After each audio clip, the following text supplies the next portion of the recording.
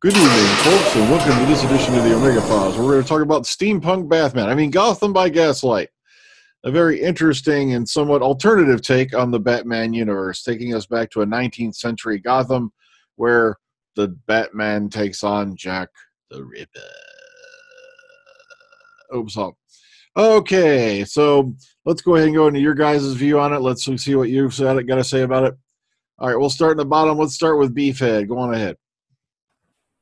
It's a lovely little town, to be honest with you, where something's taken out of what you would expect it to be a usual setting and put elsewhere. I like it very much. If anything, for me, it's too short. I would like it to be longer. It's a lot to get through and a lot of moving stories, and there's a great twist to the end of it. There's nods to all the characters that you have in the book, so you can see familial nods to the different Robins in the Cock Robin trio. You've got Poison Ivy, but I would like more to it. I'd like an expanded idea of what Gotham was like and the sort of depravity and the two-tier system that you had in it. That was the bit that was lacking for me to it. I liked how it was done. It had a really good feel to it, just as, I think for opening thoughts, because there's a few of us, there's quite a bit to get through with this. But it's a really solid, really great story. And although the animation is quite simplistic and quite basic, it does work because the back screening for it is really detailed. So it really evokes something of the period. And the one thing that makes it for me more than anything else is the music. The music is really, really solid because it's done on sort of what sounds like period instruments. It's the sort of music that you would have in the time. You have a great sort of music hall feeling to it that was around that sort of Victorian period in time. So yeah, it's a really solid story, and I'm sure guys are gonna we'll get into it in detail as we go. Alrighty, Texas Tim, what did you think of it? I thought it was excellent. I think it begs the question: why does the DCU do scripts by committee for their live action films with all the kitchen sinks thrown in? When you've got perfect source material like this laying around. You could have made this a feature film, a live action feature film, and it would have worked. It would have worked very well. Instead, they relegate it to their animated universe, which is fine. This is a very good cartoon. It's a excellent story, like Tim said. I don't know if it was too short. I mean, I think they told the story pretty economically, but I get your point though. It might have been better if they expanded on some of the details, some of the characters. But I thought it was a great story. I thought it was really cool. I liked also that they're gonna go with the period. So he's got his bat cape is one of those cape coat kind of situations, Victorian kind of thing with the big high collar. That was brilliant. And the whole thing by design, even the title's awesome, like Gotham by Gaslight. That's amazing. So I thought it was a lot of fun. All righty. Okay, let's move over to AJ. Go on ahead. Sorry, I agree. The movie could have been a little bit longer. It was a really well fleshed out world, though. I like that. The characters that we got to see, the few that we did get to see, were really well done. I loved Gothic Batman's outfit was really, really cool. I'll get more into the little bits of the story that I didn't like and whatnot. It was a really good story. It was Sherlock-esque in its way, but it was a good story. Alrighty. Okay, William, go ahead. This anime totally shocked me because it's very different from the original shows, which is the comic.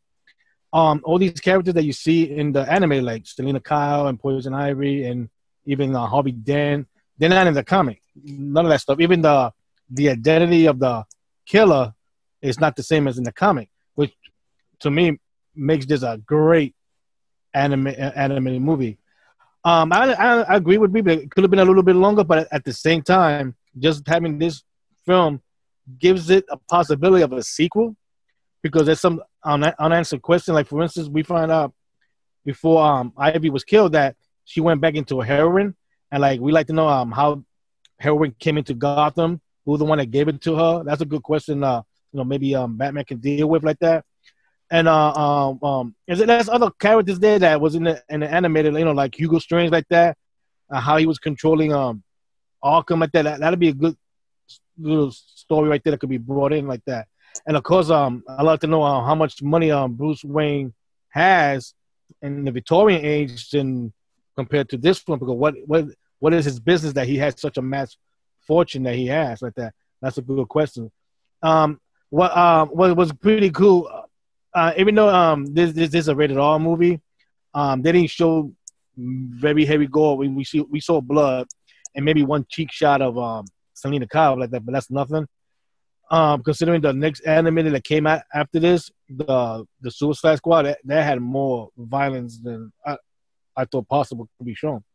So I gotta give great praise for them that able to do a movie based on a comic that came out more than 20 years ago, and the voice actor was very great. They stood out real good. I mean, I'm so used to the original Batman animated actor that I didn't thought another actor would do just like that. So I gotta give Bruce Greenwood props for doing Batman very good. And I did not realize that the same voice actress who did Sister Leslie is the same. She did the singing part of Selena Kyle. She did that singing voice. So that stood out pretty good. So I gotta give her props for that. This is the way thing. I hope, like Brief said, it could have been longer, but at the same time, I like the way it is, and it leaves a possibility of a sequel. So I get into other things in a little while.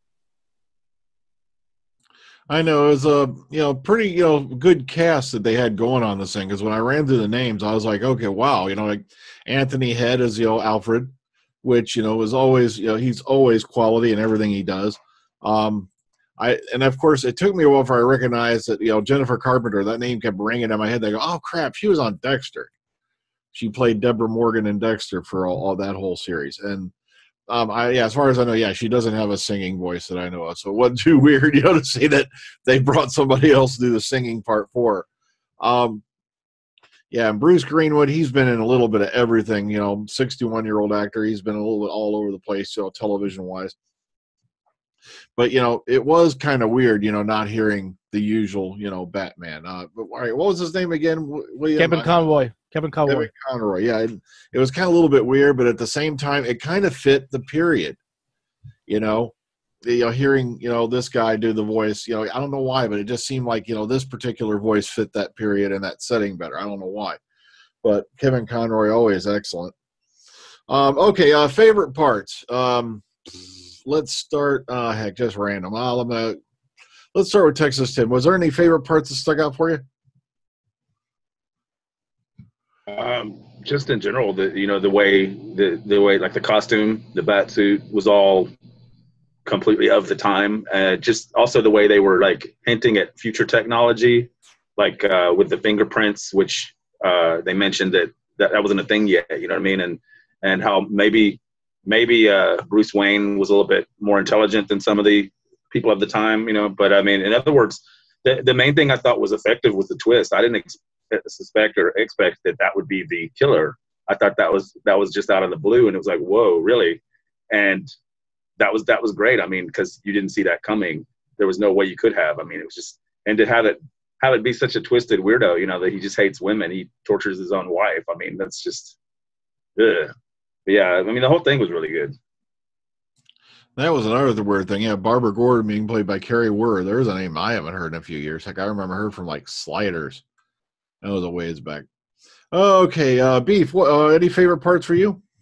Probably one of the standout bits for me has got to be the main chase, which is the main chase between Jack the Ripper and Batman. Because the thing is, that we have this conception of Batman that that it's high tech gadgets and everything like that, and that's the difference between this. This is him stripped back, basically, and the only thing that he's got is his smarts, his detective skills, and basically a grapple gun, and that's it.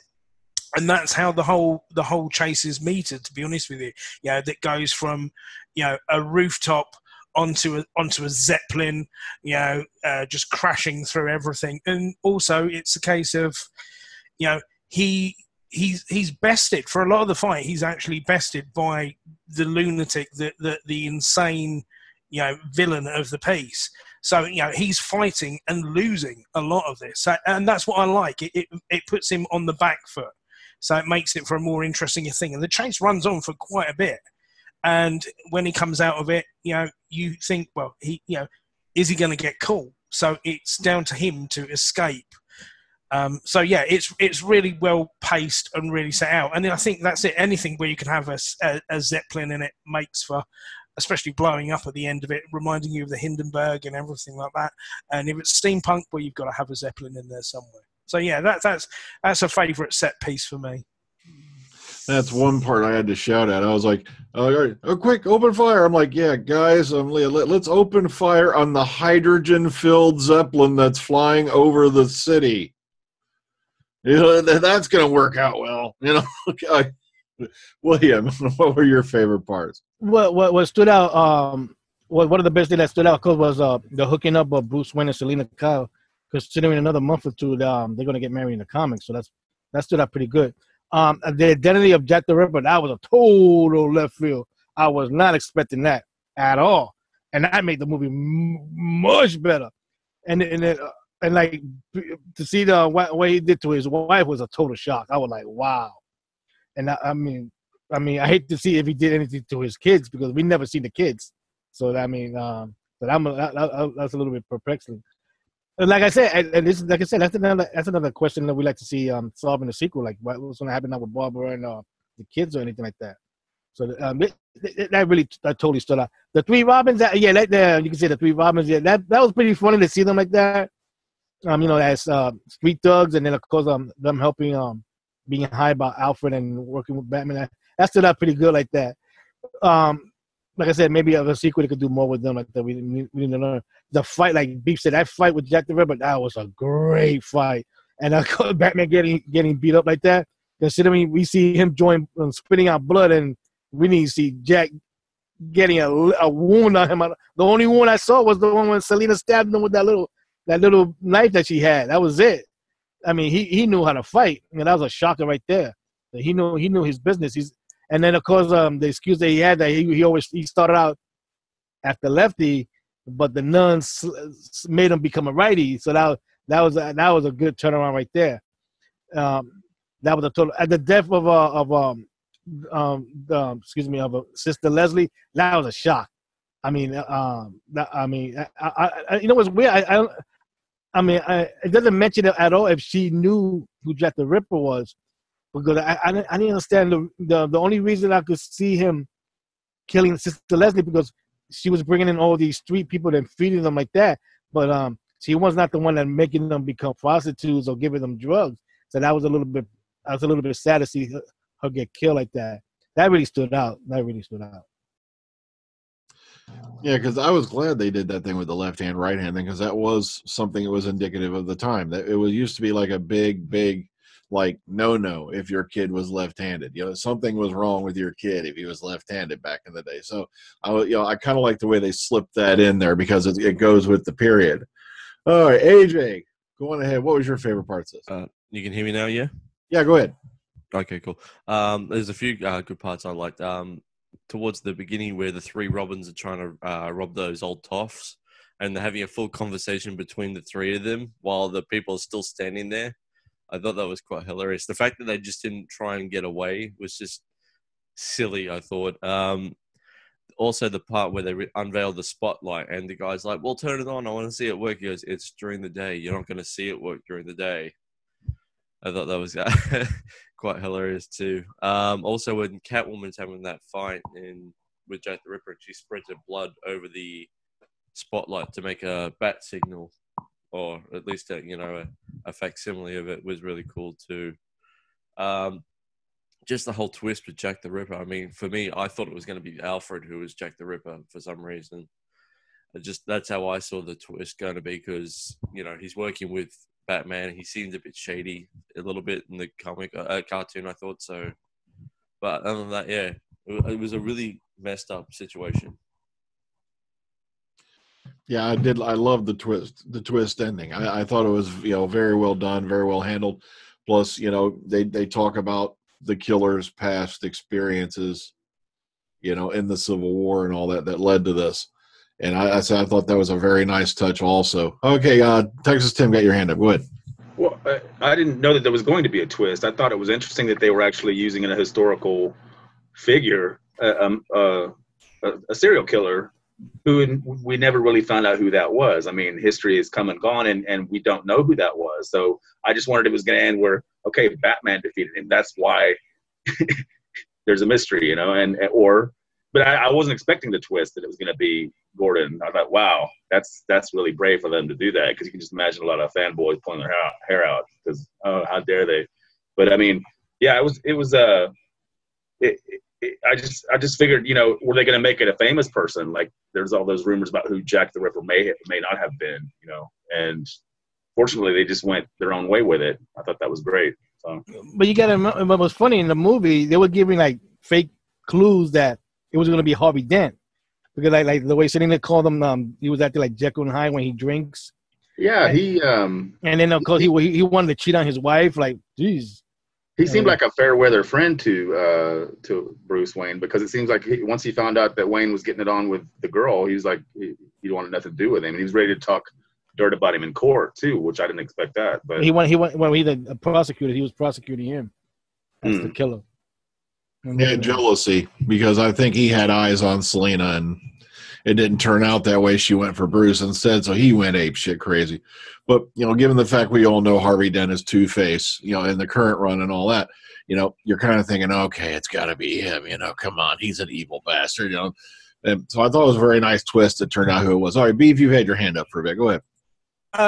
One of the things I think, and you can groan as much as you like on it, that I thought was very effectively done, to be honest with you, and you have it because it's the way of the world then and everything like that, that there was these preconceptions about women, about how they were, and obviously, Jack the Ripper's view that basically the women were the cause of the problem because of the disease and the sex and the depravity, and what he saw in the war was what actually, it wasn't the horror of the war that affected him, it was more what the women did, the prostitutes, and that's why his focus was at the women.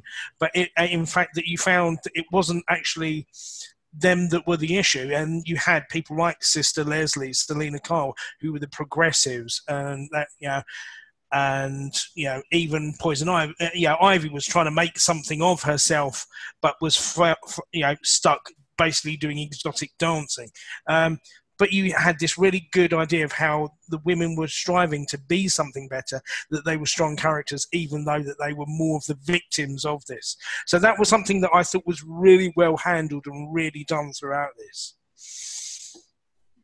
Okay, floor is open. Any other parts you want to talk about? Well, like Beaver said, how the women stood out. We found out about Selena that her father was lying to him like that, and he was an abusive father. That's how come, like, when he was going to shoot one of the lines, there was no bullets in it because she took it out. And, of course, she was trained to use the whip, and that helped her fight Jack the Ripper. So then that's a good, even though it was short, that was a good character development with her, that we know how she is like that.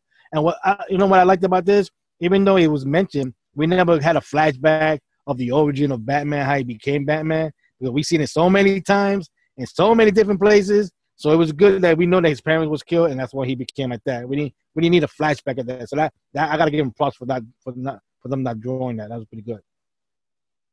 Well, I thought it was cool that they mentioned that he had actually been influenced by this nun at this orphanage, and taught him so much about how to be a good person. Because here he is. I guess he has a big inheritance. That's where he gets all his money from. Mm-hmm. And most people like that are just going to drink it all, or a few decades later put it up their nose. But this guy, though, he's a philanthropist because of he had this upbringing by this nun who taught him everything to know. And of course he also, when he sees these troubled kids who are on the road to nowhere, or on the road to prison basically, he sends them to her so she can help them in the same way she helped him and Serena. So I mean that's it's interesting to have all that backstory, and it's done in a good way because they just mention it here and there. They don't really have like a flashback, like you said. That would just be boring. So yeah.